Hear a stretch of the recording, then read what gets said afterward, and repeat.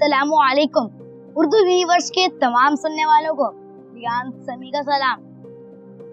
ख़वातीन और हज़रात, तारीख के पन्नों पर कुछ ऐसे नाम दर्ज होते हैं जो सिर्फ एक इंसान नहीं बल्कि एक कौम की बका का सहारा बन जाते हैं। एक ऐसा शख्स जिसने मिट्टी की धूल से उठकर सितारों पर कमंद डाली, जिसने दुनिया की सुपर पावर्स की आंखों में आंखें डालकर अपनी कौम को वो वकार दिया जिसकी कीमत गिनी नहीं जा सकती। आज हम बात कर रहे हैं मोहसिन पाकिस्तान डॉक्टर अब्दुल कदीर खान की। एक ऐसी कहानी जो हुब्बुल वतनी, साइंसी मौज़ात, आलमी साजिशों और ज़ाती कुर्बानियों से भरी हुई है। माइक्रोफोन पर मेरे यानी रियान समी के साथ चलिए। कहानी शुरू होती है 1 अप्रैल 1936 को गैर मुनक़सिम हिंदुस्तान की रियासत भोपाल में एक मुअज़्ज़िज़ और पढ़े लिखे पश्तून खानदान में एक बच्चा पैदा होता है जिसका नाम रखा जाता है अब्दुल कदीर खान। वालिद अब्दुल गफूर खान एक स्कूल हेडमास्टर थे, जबकि वालिदा जुलेखा बेगम एक निहायत परहेजगार खातून थी।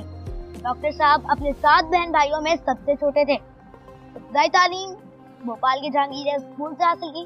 उन्होंने पहली बार तकरीबन 5 साल की उम्र में स्कूल की दहलीज पर कदम रखा, लेकिन वो बचपन आम नहीं था। फिजाओं में तक़सीम हिंद की चाप सुनाई दे रही थी। 1947 में जब पाकिस्तान बना तो भोपाल में हालात कशीदा हो गए।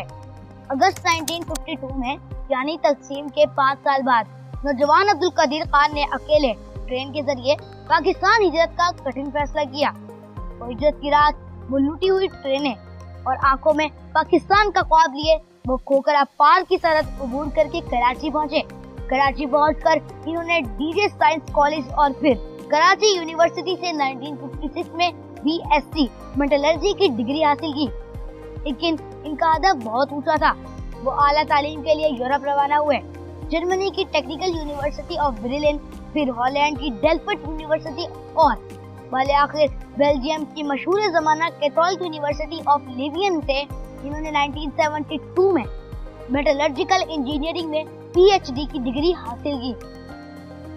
यहाँ इनकी मुलाकात हेनरीना कोटी से हुई, जो इनकी शरीके हयात बनी और जिनसे इनकी 2 बेटियां आयशा और दीना पैदा हुई।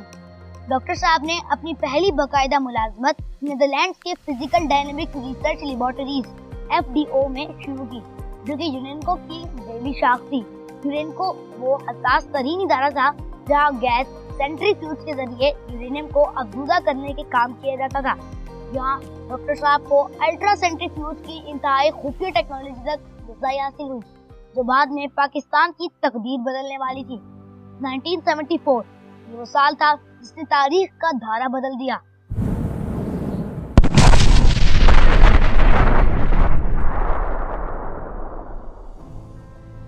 भारत ने पोखरान में अपना पहला एटमी धमाका स्माइलिंग बधा करके पाकिस्तान के वजूद को खतरे में डाल दिया।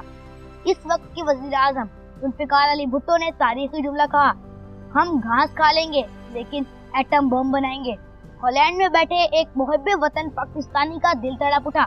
डॉक्टर अब्दुल कदीर खान ने दिसंबर 1974 में जुल्फिकार अली भुट्टो को एक खत लिखा, जिसमें इन्होंने यूरेनियम अफजूदगी के जरिए एटम बम बनाने का सीधा और आसान रास्ता तजवीज़ किया। भुट्टो साहब ने फौरन इन्हें पाकिस्तान बुलाया। दिसंबर 1975 में डॉक्टर साहब अपनी फैमिली और तमाम तर रिसर्च के साथ हमेशा के लिए पाकिस्तान लौट आए।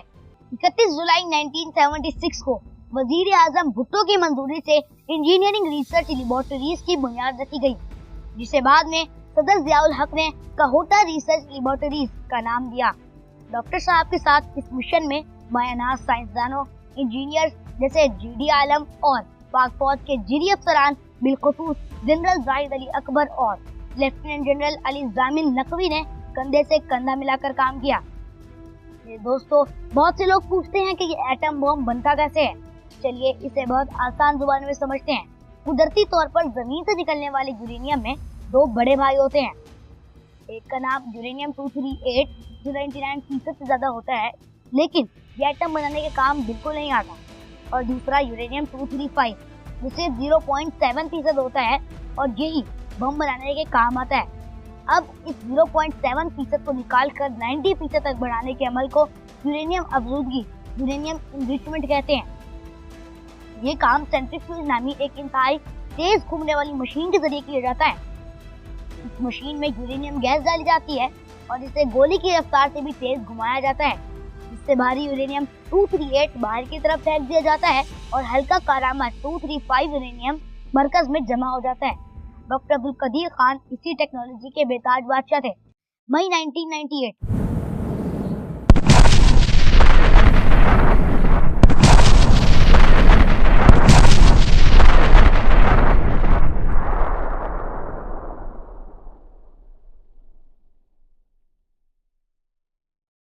भारत ने एक बार फिर पोखरान में यके बाद दीगरे पार धमाके करके खित्ते का तवाजुन बिगाड़ दिया।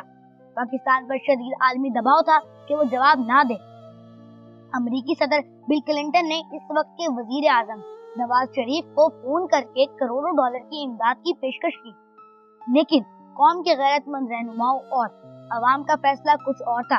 28 मई 1998 जुमेरात का दिन, वक्त दोपहर 3:16 राजस्थान के तपते हुए सहराई चागी के पहाड़ों में सन्नाटा छाया हुआ था। डॉक्टर अब्दुल कदीर खान, डॉक्टर इशफाक अहमद और दीगर चोटी के साइंसदान कंट्रोल रूम में मौजूद थे। उंगली ट्रिगर पर थी। 3, 2, 1 फायर।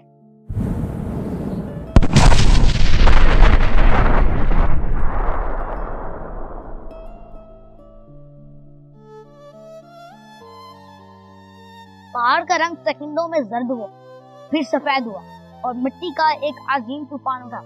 पहाड़ चूर चूर हो गया। फिजा नारा तकबीर अल्लाह अकबर के नारों से गूंज उठी।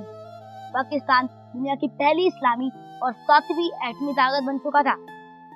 इस तारीखी लम्हे पर डॉक्टर अब्दुल कदीर खान सजदा शुक्र में गिर पड़े। इस अजीम कामयाबी पर डॉक्टर साहब को पाकिस्तान के सबसे बड़े सिविलियन एजाज निशाने इम्तियाज से भी 2 मरतबा नवाजा गया। कौम की आंख का तारा बन चुके थे, लेकिन आजमाइशें अभी बाकी थी।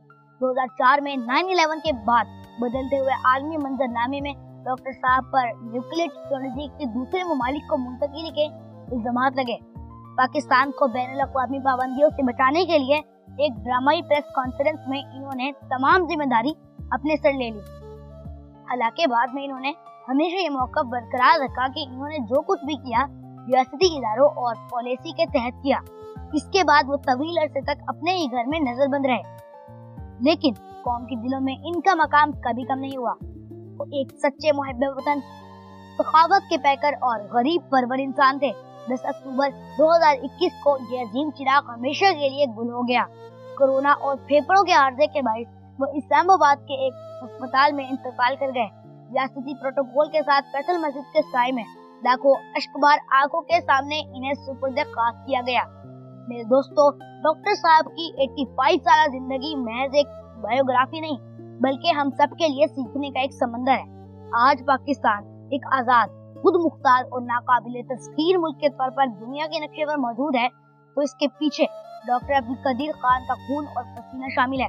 वो हमारी तारीख का वो रोशन बाब है, तो हमेशा हमारे दिलों में जिंदा रहेगा। आपको डॉक्टर साहब की जिंदगी का कौन सा पहलू सबसे ज्यादा मुतासिर करता है? कमेंट सेक्शन में जरूर बताइएगा। अपने मेजबान रियान समी को उर्दू यूनिवर्स से इजाजत दीजिए। अगली किस्त तक के लिए अल्लाह हाफिज़ नासिर।